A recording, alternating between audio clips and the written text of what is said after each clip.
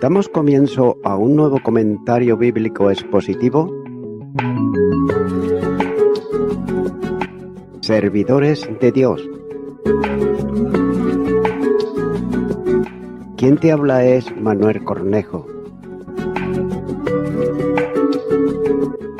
En esta ocasión estaré compartiendo sobre el libro de Génesis, capítulo 50 y los versículos 18 al 20, donde dice: Vinieron también sus hermanos y se postraron delante de él, y dijeron: Henos aquí, por siervos tuyos. Y le respondió José: No temáis, ¿acaso estoy yo en lugar de Dios?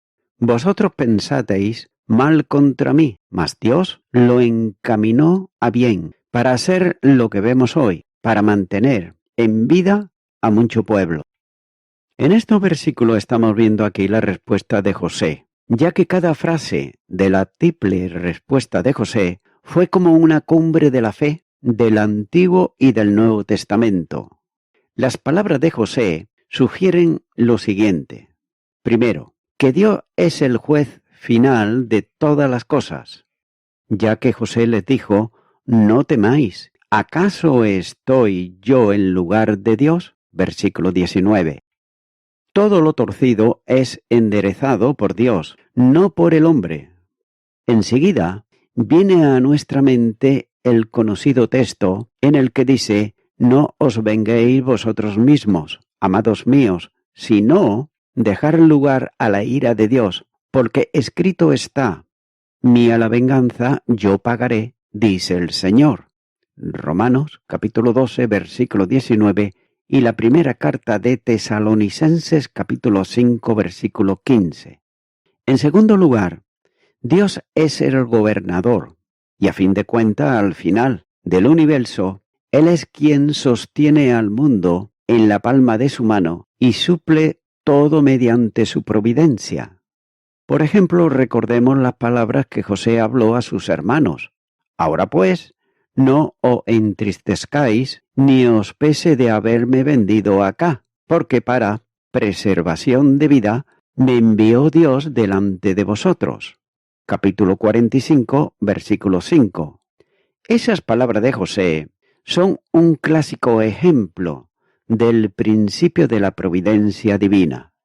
La expresión «ni os pese haberme vendido» está aquí representando el lado humano de las cosas, y la expresión «me envió Dios» representa el lado divino, como también señala el Evangelio de Juan, capítulo 18, versículo 11, y el Salmo 76, versículo 10, ya que aún los acontecimientos malignos tienen su causa final en los propósitos de Dios soberano del universo.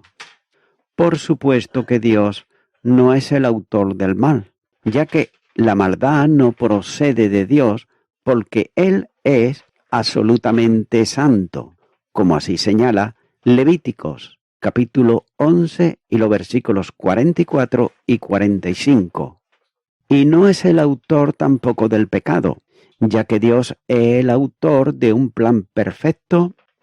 Por otro lado, la muerte de Cristo en la cruz es una demostración palpable de que Dios causa el mal para propósitos de un mayor bien para su pueblo y para su mundo.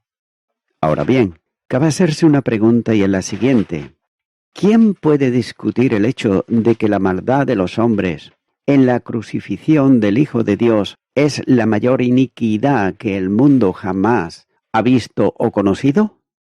Nótese que pasajes bíblicos como por ejemplo Hechos de los Apóstoles, capítulo 2 y los versículos 22 al 24, capítulo 4, versículo 28, y Génesis, capítulo 50, versículos 18 al 21, están demostrando aquí que Dios puede usar el mal para producir un bien mayor, ya que la providencia divina implica tanto la preservación del universo y todos sus componentes, como también su funcionamiento y su gobierno. Génesis, capítulo 28, versículo 15, y Hebreos, capítulo 1, versículo 3. Es decir, la atención de Dios está concentrada en todo lugar y se ocupa de todas las cosas. Por lo tanto, la providencia de Dios es general por el hecho de que tiene que ver con todos los objetos, todas las cosas conjuntamente, con todas las criaturas del universo.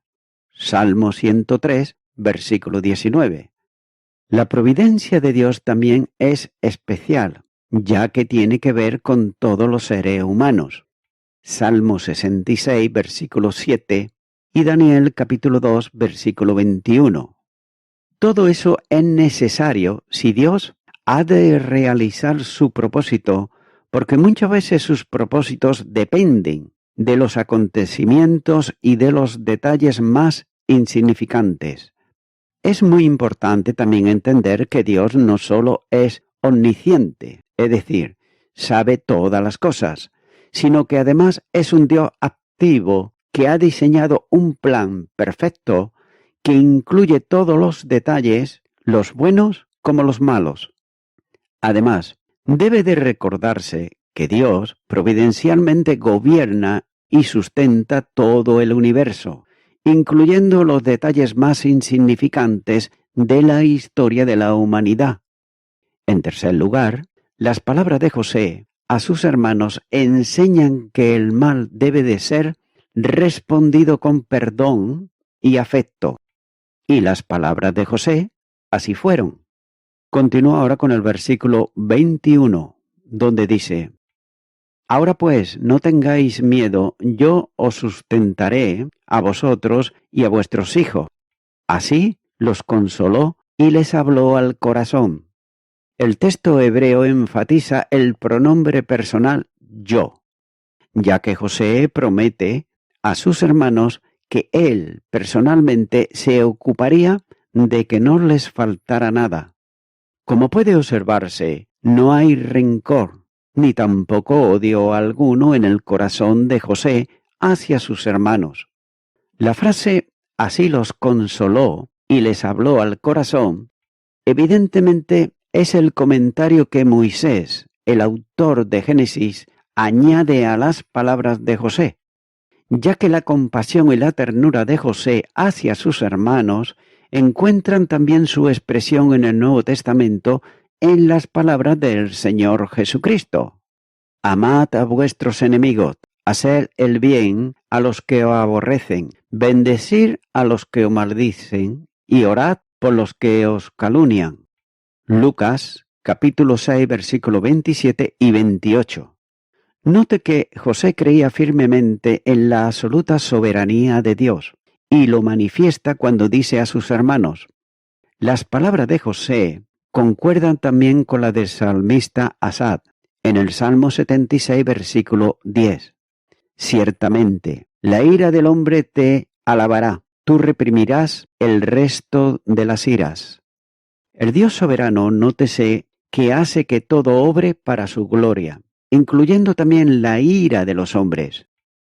Continúa ahora con los versículos 22 y 23, donde dice: Y habitó José en Egipto, él y la casa de su padre, y vivió José 110 años, y vio José los hijos de Efraín hasta la tercera generación. También a los hijos de Maquir, hijo de Manasés, fueron criados sobre las rodillas de José. Nótese que estos dos versículos contienen algunos datos biográficos de José.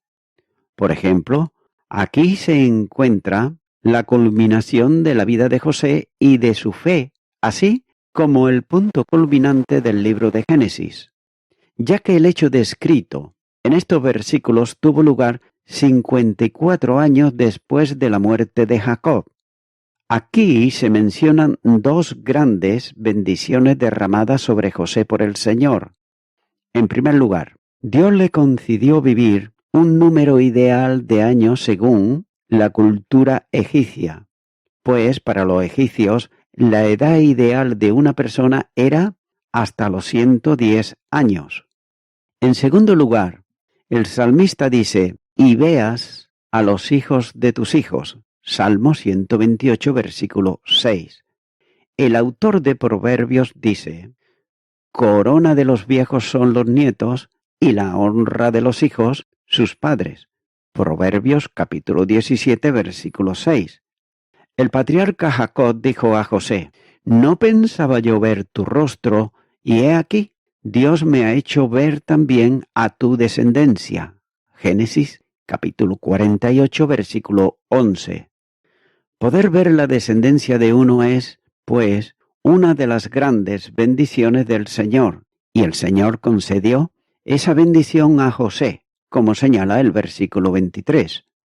Continuará con los versículos 24 y 25, donde dice: y José dijo a sus hermanos: yo voy a morir, mas Dios ciertamente os visitará, y os hará subir de esta tierra a la tierra que juró a Abraham, a Isaac y a Jacob. E hizo jurar José a los hijos de Israel, diciendo: Dios ciertamente os visitará, y haréis llevar de aquí mis huesos. La muerte es una realidad universal a todos los hombres, ya que aún el mejor de los hombres también muere.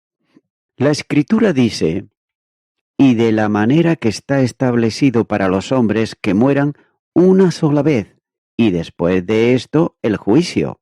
Hebreos capítulo 9, versículo 27. José pronuncia sus últimas palabras a sus hermanos y les dice que Dios visitará a su pueblo.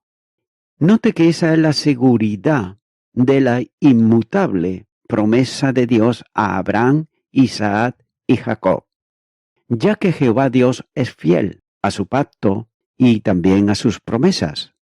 Además, José, como fiel profeta, declara que Dios llevaría al pueblo a la tierra que juró dar a los patriarcas y a su descendencia.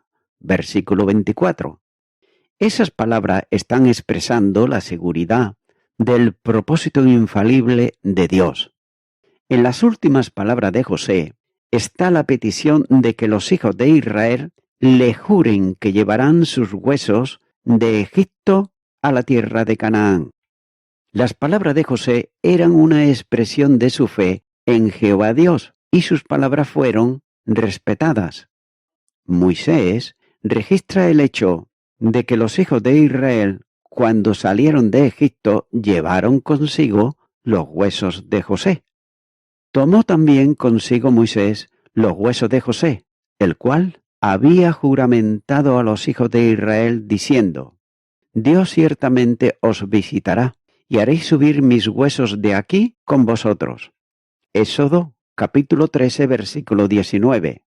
La fe de José miraba al pasado, porque había estado en Canaán y deseaba regresar, pero también estaba mirando al futuro, porque había vivido la mayor parte de su vida en Egipto y deseaba regresar a la tierra prometida.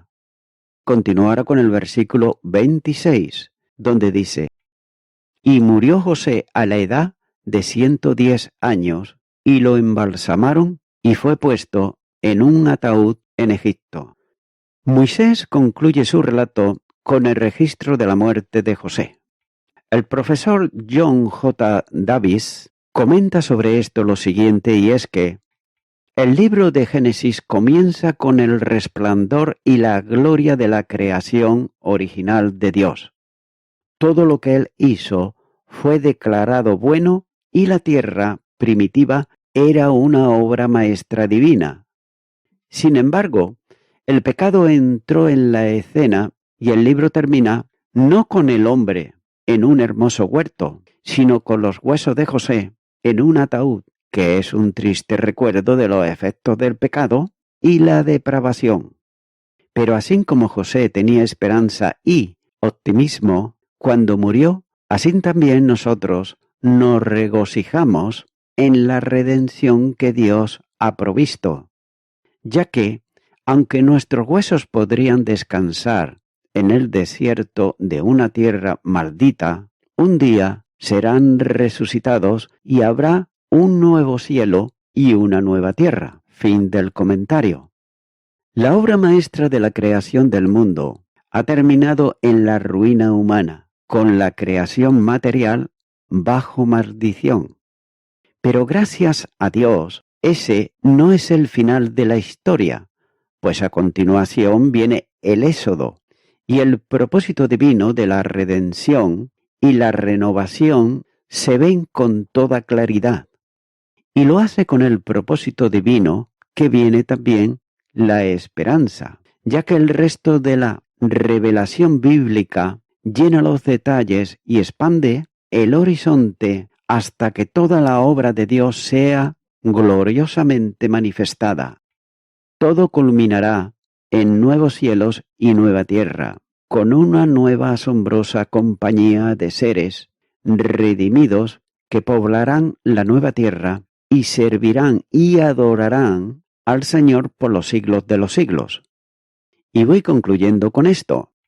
Note que el Señor puede usar, y de hecho usa, las acciones inicuas de los hombres malvados para lograr sus santos propósitos, porque sus planes no pueden ser frustrados por la conducta de los seres humanos o incluso por el mismo Satanás.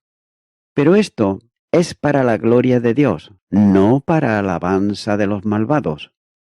Los hermanos de José todavía tenían que responder por sus obras, aunque Dios usó esas obras para promover sus planes para Israel.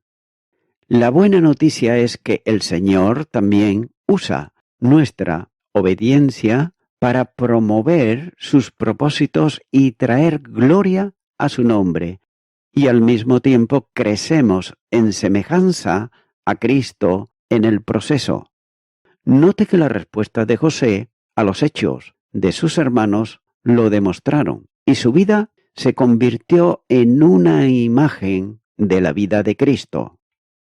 Amigo y amiga oyente, el Evangelio son las buenas noticias para el hombre y también para la mujer, que todavía ellos no se han puesto a cuentas con Dios, por medio de Jesucristo, que es el Hijo de Dios, que fue el que vino al mundo y vino para salvar al mundo.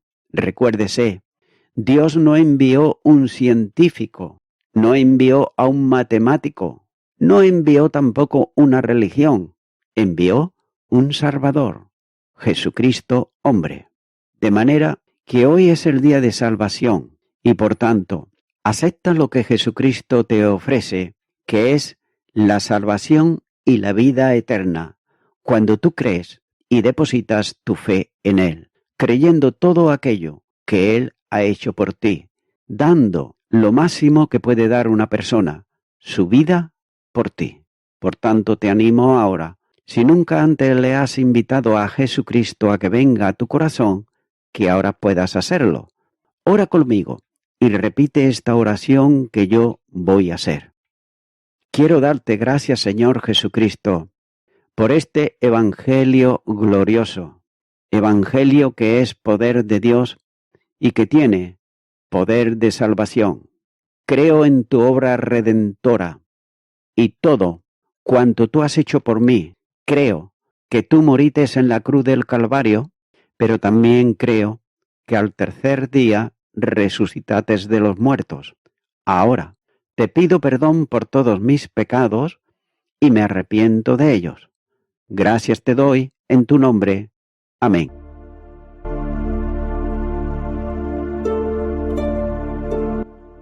Amigo y amiga oyente, si tú has hecho esta oración de corazón, te recomiendo que comiences a orar a Dios, en primer lugar, en el nombre del Señor Jesucristo.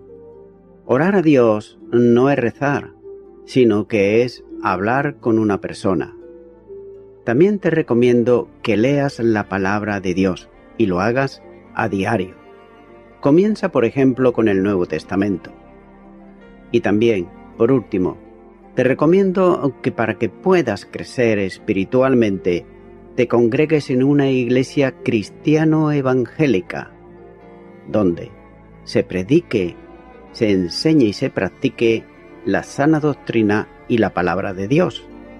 Congrégate ahí y con el tiempo podrás crecer espiritualmente y también servir al Señor Jesucristo. Que Dios te bendiga. y a toda la audiencia. Nuevamente ya me estoy despidiendo de todos ustedes y será hasta el próximo programa. Que Dios os bendiga a todos.